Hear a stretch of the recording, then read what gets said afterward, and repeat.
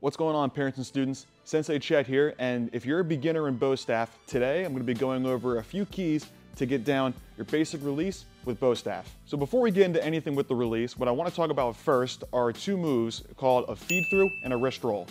Now, a lot of people don't actually use the wrist roll when they do the release. I actually don't, but I love to teach it because knowing the feed through and the wrist roll in tandem is a great way to learn how to build momentum. Bow staff is a pretty big weapon, so we can't just manipulate it quickly to get some speed going. We have to build it up through momentum with moves like a feed through or a wrist roll. So for your feed through, all we're gonna do is start with the bow in our right hand, take our left hand, open it up, roll it into our left hand, bring the bow behind our back, and then repeat the process. So after the feed through, instead of going into a second feed through, I'm going to start my wrist roll. A wrist roll is pretty self-explanatory. We're pretty much just gonna keep our hand on that right side of the bow, and after this little flicking motion, I'm gonna let go of my hand and let the bow roll around my wrist just like that.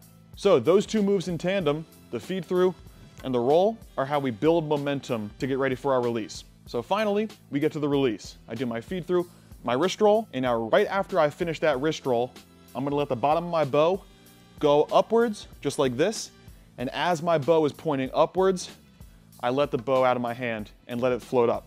And if you'll notice, I'm trying my hardest not to stop at all for the entire thing. The feed through and the wrist roll build momentum, and then I release it on the way up. Another big factor for our release when you want to do upgrades eventually is consistency. I try to keep my bow a little bit over my head when I'm releasing almost every single time.